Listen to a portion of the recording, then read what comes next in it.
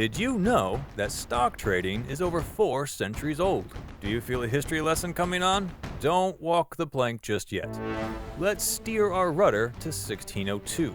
The Dutch East India Company was moving goods around the world.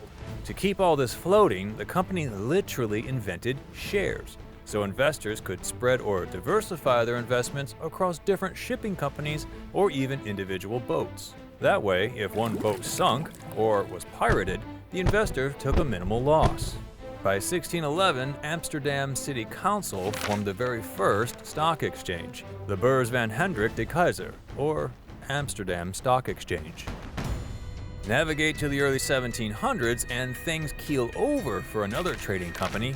The South Seas Company started out 100% legit. The company was backed by the king's money, and Europe was going through a boom.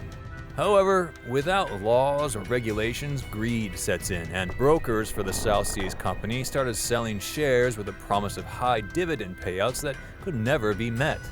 They were selling shares of companies before boats were even built. This, of course, formed a stock bubble.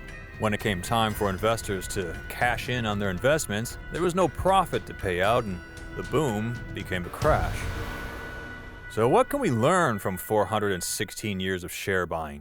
1. Some boats float, some boats sink. Investing is a risk, whether buying stocks, houses, or even starting a business. 2. Don't put all your cargo in one boat. Diversify your risk. Out of 100 boats, 5 to 10 of those might sink. And 3. Don't blindly follow the fleet. Where there is money, there is greed.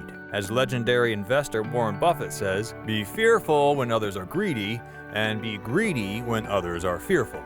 Want to dive deeper? Stacy Johnson will anchor everything for you in our investing playlist on Money Talks News YouTube channel. And if you're new to investing, check out this video on how to start investing with just $500. As always, thank you for watching Money Talks News.